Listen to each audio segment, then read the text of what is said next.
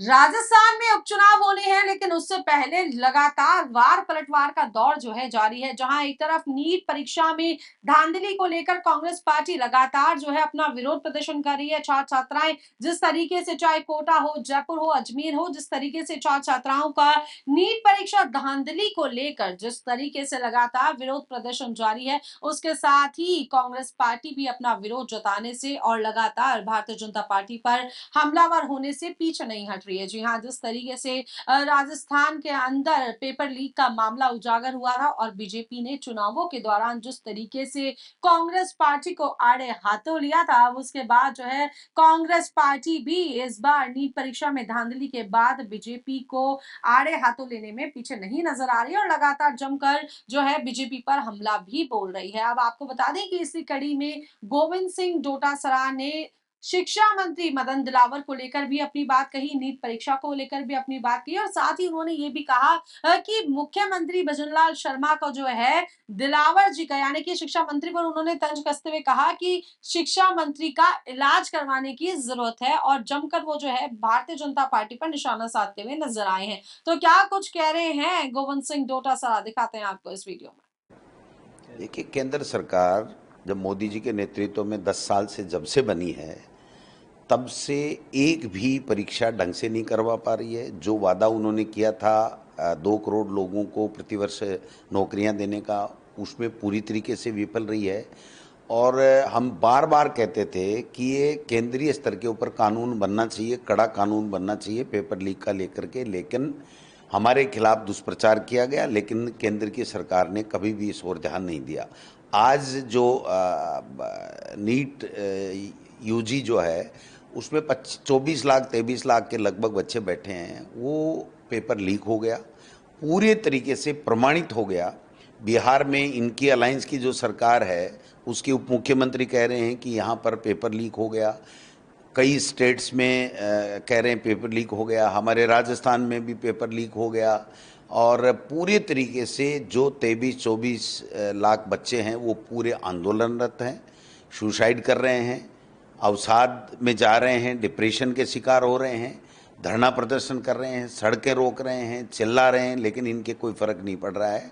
आप देखिए, जो इनकी एनटीए है, जो एजेंसी है, ये इन्होंने 2017 में शायद बनाई थी, उसके बाद में एक भी पेपर ये ठीक नहीं कर पाए। आज आप देख सकते हैं कि नीट पीजी है, उसको निरस्त कर दिया। इन्होंने यूजीसी नेट है, उसको रद्द कर दिया। इन्होंने सीएसआईआर नेट है, वो इनको रद्द करनी पड़ी। नीट यूजी की सीबीआई को जांच देनी पड़ी। इनके जो एनटीए है, उसके डायरेक्टर को हटाना पड़ा। अब इसके बावजूद भी आप परीक्षा निरस्त नहीं कर रहे हो, अपनी जिद्दी कर रहे हो। और वो सरकार जो मोदी जी 10वीं क्लास, 8वीं क्लास, 12वीं क्लास, ग्रेजुएशन के बच्चों को मन की बात करके पेपर कैसे देना चाहिए, परीक्षा कैसे देनी चाहिए, किस प्रकार से उनको जो है तैयारी करनी चाहिए, वो गुरु ज्ञान देने वाले देश के प्रधानमंत्री जी विदेशों में घूम रहे हैं और इस मुद्दे के ऊपर जो लाखों लाखों बच्चों के भविष्य से जुड़ा हुआ सवाल है, उसके ऊपर वो चुप हैं।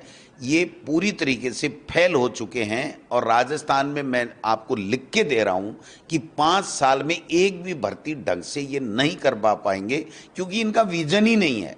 इनको तो केवल एंटी कमेंसी फैला करके, जहां इनकी सरकारें नहीं है, वहां सत्ता लूटने का काम करना था, जो कर रहे हैं। इसके अलावा इनका कोई विजन नहीं है, छात्रों से उनका कोई लेना देना नहीं है।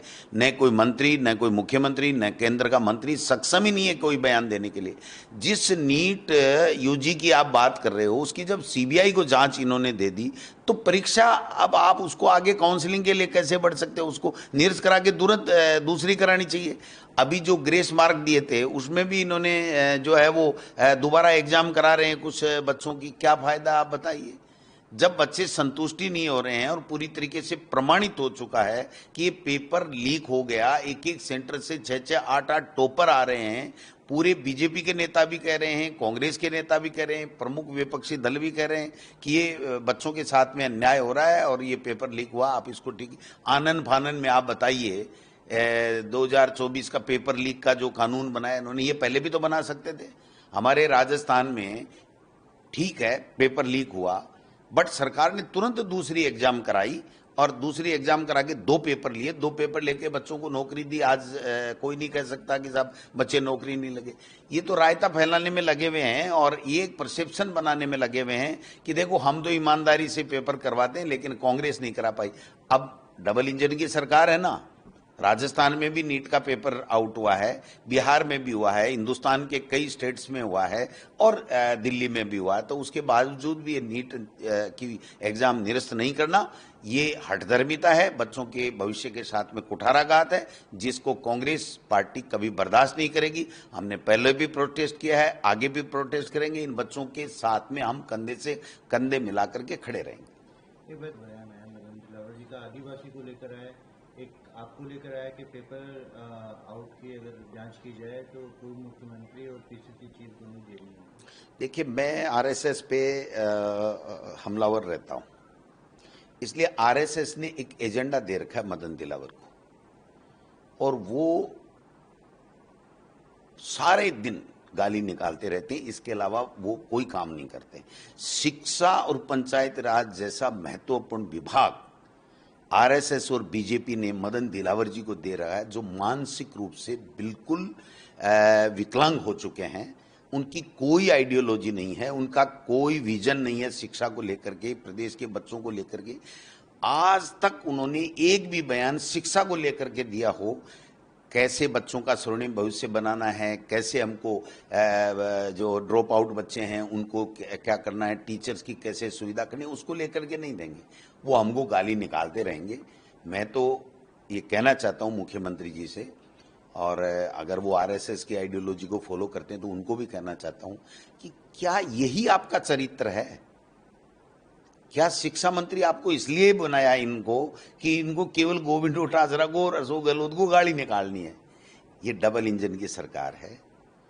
यहाँ पर एसआईटी गठित है पेपर लीक को लेकर के, और केंद्र भी ईडी की जांच कर रहा है, एफआईआर लॉज हैं। तो जो कार्रवाई जिसके खिलाफ बनती है कीजिए ना, मना कौन कर रहा है आपको?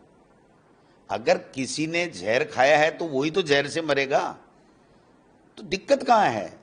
लेकिन बकवास करना, फिजूल की बातें करना, लोगों को भ्रमित करना, एक वातावरण गंदा करना, ये मैं समझता हूं कि ये हो सकता है बीजेपी और आरएसएस की आइडियोलॉजी हो, मैं कुछ नहीं कहता।